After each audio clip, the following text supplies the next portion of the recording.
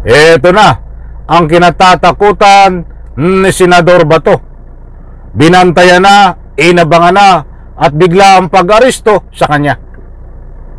So kung si Senator Bato ay mahuli na, I mean, implement the warrant of arrest, then he could be taken or surrendered to. Alright, welcome back to my YouTube channel. I'm Andes Vlog.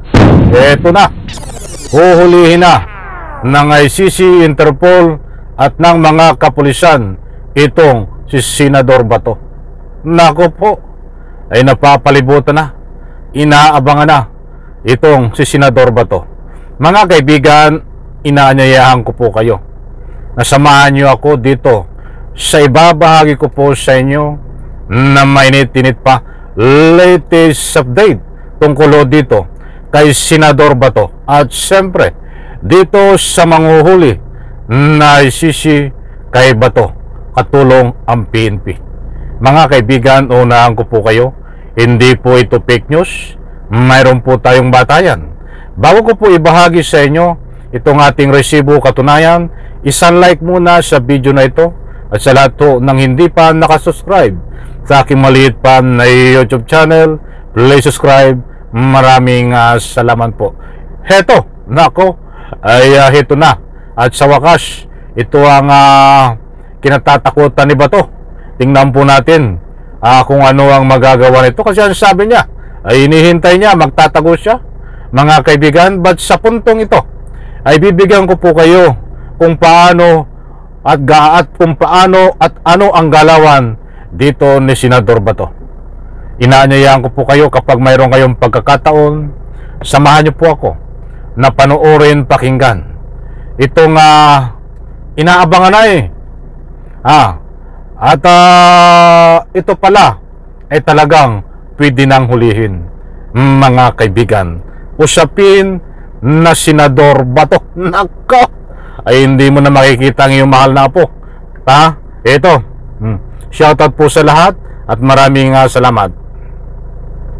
If the Dutch police, so pupunta siya doon, pupunta siya sa Dutch immigration, if the Dutch police implement the warrant. Sandali lang at narinig nyo agad ang Dutch police, yung uhuli kay Bato. Code forcible na paglipat ng residence mo would be covered by that lawful order of the court. Ang iniisip kasi niyan yung mga tipong ididestiero o yung parang ipepersona non grata, bawal kang bumalik sa isang lugar. Ito po si Attorney Conti, ipapakita ko po sa inyo. At ito po ay actual interview niya dito sa One News. Ipahintulot po ang paggamit ng inyong video clips. At ito pong si Attorney Conti sa lahat po ng hindi pa nakakakilala. Ito po ay may kaugnayan sa ICC. Mga mahal kong taga-subaybay, siya rin po ang tumutulong dito sa mga biktima ng ICC. Dito rin po tayo nagbatay sa mga impormasyon before kung talagang mayroon ng warrant of arrest itong si Digong Duterte. Kaya dito sa puntong ito, mga kaibigan, ay siniwalat niya ang paghuli kay Senador Bato. Inaabangan na at pwede nang hulihin, mga kaibigan. But ang tanong, bakit hanggang ngayon po ay nasaan si Bato? O heto po, ibabagi ko po sa inyo, pakinggan po natin. Nako, magugulat kayo sa matutuklasan nyo dito. At saka yung freedom of travel. Dito, meron ng malinaw na basihan kung bakit hindi makakalaya agad si Duterte. I would say that we should rely on yung presumption of innocence. Baka mas magandang gamitin nila yon. Kasi, kumbaga, meron ng kaso si Duterte. And that presumption of innocence would allow an accused or a suspect in this case to really avail of interim release. Sabi nila ng ICC na ayun, mga kaibigan, pinapaliwanag muna niya itong kaso at katayuan nitong si Digong Duterte diyan po sa loob ng kulungan ng ICC. At pagkatapos po nito, ibabagi ko po sa inyo. O ito na. At sa totoo, pwede ka talagang karapatan mo nga na mag-avail ng interim release. Kaya lang, at nagkaroon na ng exceptions. In our case, tingin namin, nag-a-apply yung exceptions or exemptions, kaya dapat hindi makalaya kaagad si Duterte. And among those exceptions, hindi daw dapat makalaya agad si Duterte. Hindi na talaga makakalaya to. At kung pagbabasihan ng mga ebidensya, mga kaibigan, isusunod ko po dito itong inaabangan na at uhulihin itong si Senador Bato. Nakabang na ho at pwede nang ulihin. Mga kaibigan, ayon ho dito sa ibabahagi ko po sa inyo, dito ho tayo nagbatay na ito ay may kaugnayan sa ICC, si Atty. Conte.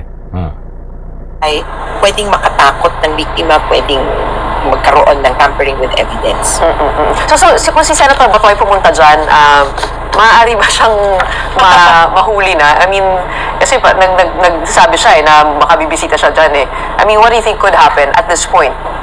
Yes, if the Dutch police, so pupunta siya doon, pupunta siya daan siyang immigration, if the Dutch police implement the warrant of arrest, then he could be taken or surrendered to the court. And that has been most important. Kailangan police ang kumuha. Ang Dutch police, member din ng Interpol. So, nadaanan din yan ng whether it's a red notice or a diffusion notice, it's still a notification that this person has a warrant of arrest. Kaya, actually, is a layover. Pwede din siyang mahuli. No, depende yan if the country is a member of the ICC. Member ang Netherlands kasi sinisilip namin to yung kapag nahatulan. So kapag nahatulan, mga kaibigan, maliwanag po, puputulin ko muna sandali. Itong si Atty. Conte ay siniwalat nga dahil dito sa sinasabi ni Senador Bato na siya ay pupunta diyan sa Dahig, Netherlands upang bisitahin itong si Digong Duterte, na alam po natin yan, mga kaibigan, ay yabang lang ni Bato.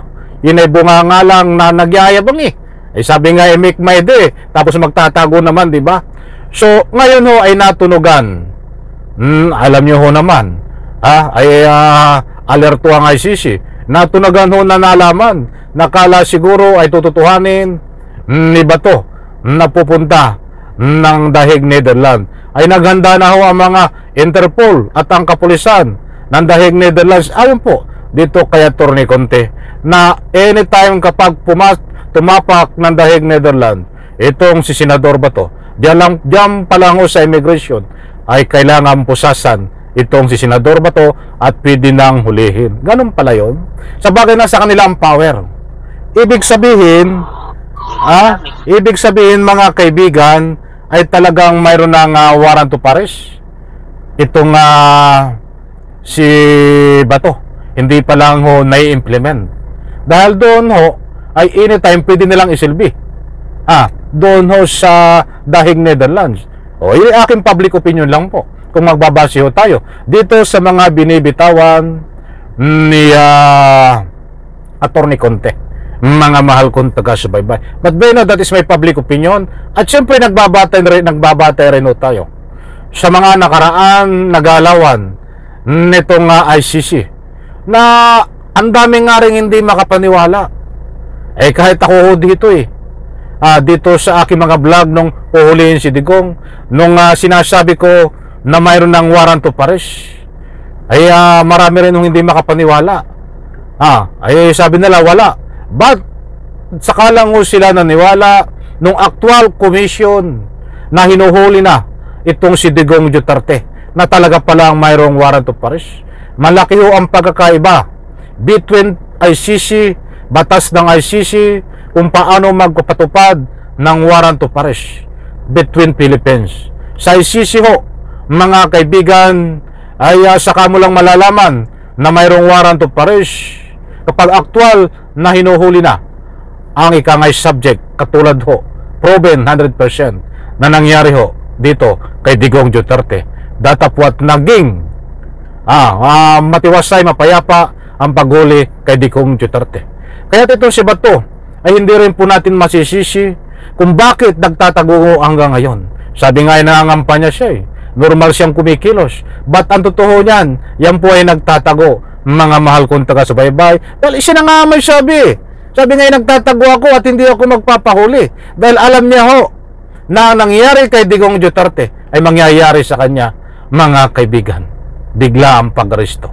Kaya gusto kong ipunto, gusto ko pong ipaliwanag po sa inyo, nagbatayo tayo dito kay Atty. Conte, na ang sabi niya, ay inaabangan na itong si Bato ng ICC, Interpol at ng mga kapulisan upang hulihin. Ayon po dito kay Atty. Conte, pagdating diyan ho sa Dahig, Netherlands. Isang like ko sa video na ito. Kung nagustuhan niyo po, bye-bye. Palakpak.